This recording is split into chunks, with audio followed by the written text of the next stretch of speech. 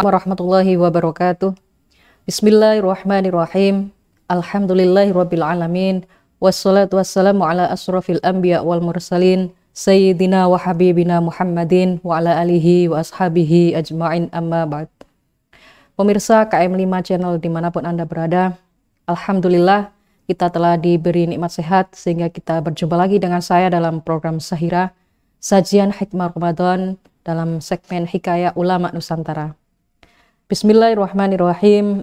Wa hukiya anna Syekh Kiai Khalil Bangkalan al-masyhura bi syaikhina data yaumin fi awali syahri Syawal qala litullabi ayyuhat tullab syaddidul hirasata wahmilu aslihatakum li'anni ra'aitu annal asad sayaji'u qariban fa'idan bil talibin jadidin nahifi yaji'u fi ma'hadi fasallama ilaih fasoha asy-syaikh al-asad al-asad faja'atullabuhu bihamlis suyuf wal-usi faharaba khasyatan minhum faba'da salasati ayyamin qadima ilal ma'had marratan saniyatan fasoha asy-syaikh annal asad qad budima faja'u bihamlis suyuf wal-usi faharaba wa hakada ila salasati marrah falam yai'as walam tanqus himmatuhu bikasratil ibtila'i qattun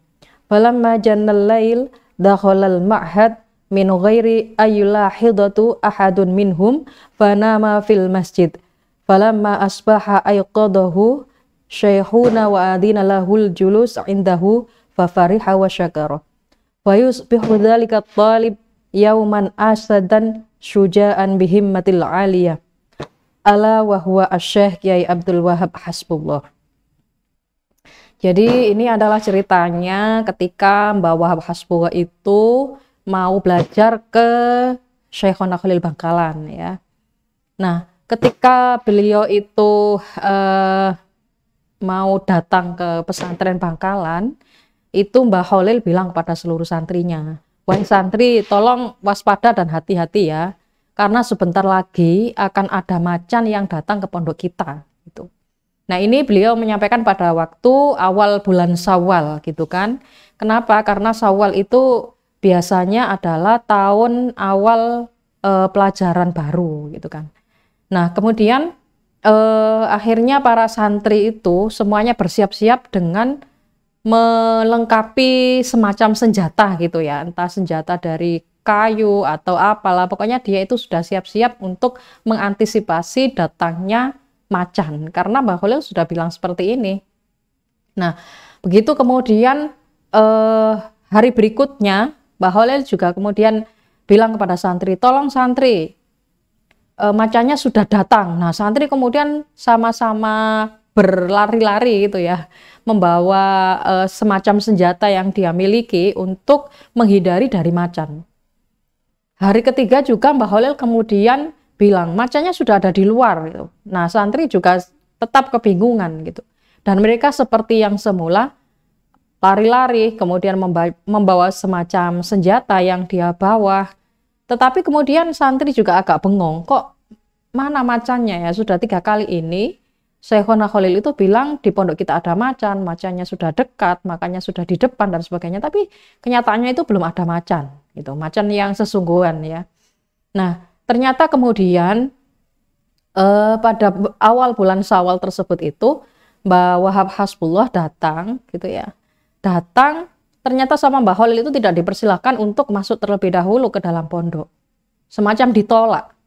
Tetapi kemudian Mbah Wahab Hasbullah ini tetap gigih untuk harus bisa berguru kepada Syekhona Khalil. Sampai kemudian 3 kali, sampai bahkan Mbah Wahab Hasbullah ini tidur di musola depan gitu ya. Padahal Mbah Wahab itu juga anak seorang kiai besar. Nah, begitu kemudian melihat Mbah Wahab Hasbullah yang masih muda dengan gigihnya, karena Mbah Khalil sudah menolaknya gitu ya. Tetapi Mbah Wahab tetap saja gitu loh, bersikukuh untuk menjadi santrinya sampai kemudian beliau itu tidur di musola depan. Nah, setelah sholat subuh akhirnya Mbah Khalil memberikan izin kepada Mbah Wahab untuk belajar di Pondok Bangkalan. Lah inilah yang kemudian disebut bahwa inilah yang disebut macan gitu ya. Nah akhirnya memang betul Mbah Wahab ini memang seperti ya singa podium, singahnya politik, singahnya apa saja lah gitu. Bahkan Mbah Hamid Pasuruan itu kalau menjuluki Mbah Wahab Hasbullah adalah wali yang pintar berpolitik itu ya Mbah Wahab Hasbullah.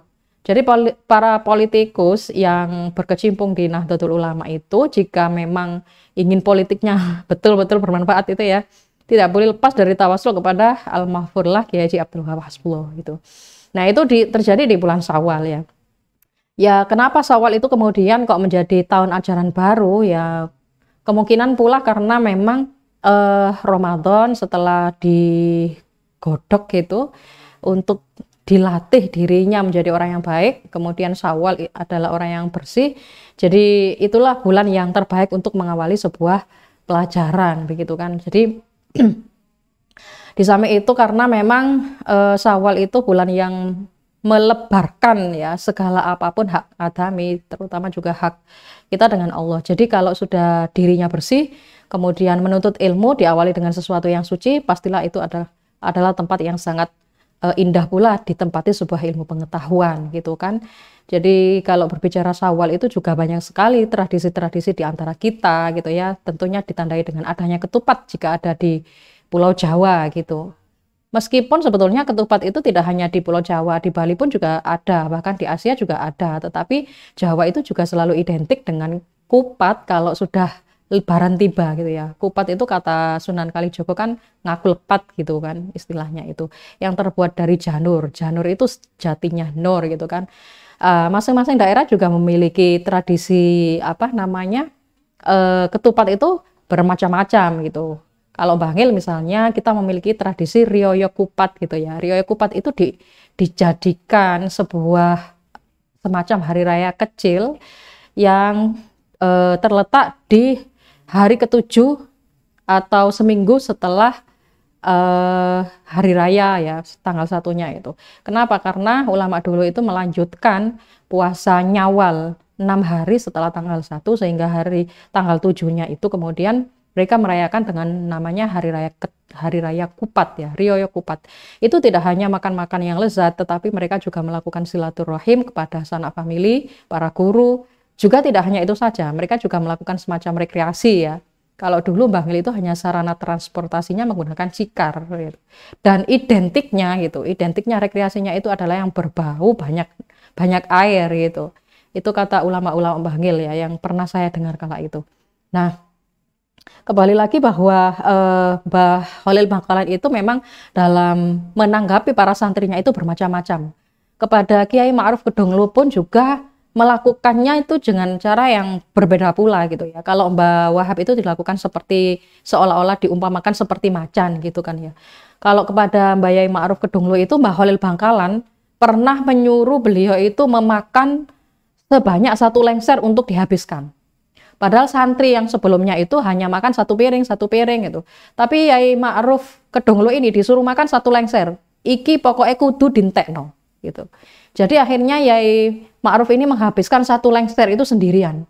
Begitu habis Mbah Khalil Bangkalan itu kemudian ya wis iki ilmuku wis kon pangan kabeh gitu. Lah dengan cara yang seperti itu kita kadang tidak bisa menalar apa sih sebetulnya dan apa maksudnya. Nah, itulah menurut saya dari hikmah taat kepada guru dan juga selalu hormat kepada guru. Demikian semoga kita membawakan hikmah yang sangat luar biasa dan mendapatkan berkah yang sangat indah. Wallahul muwafiq ila aqwamit thoriq. Wassalamualaikum warahmatullahi wabarakatuh.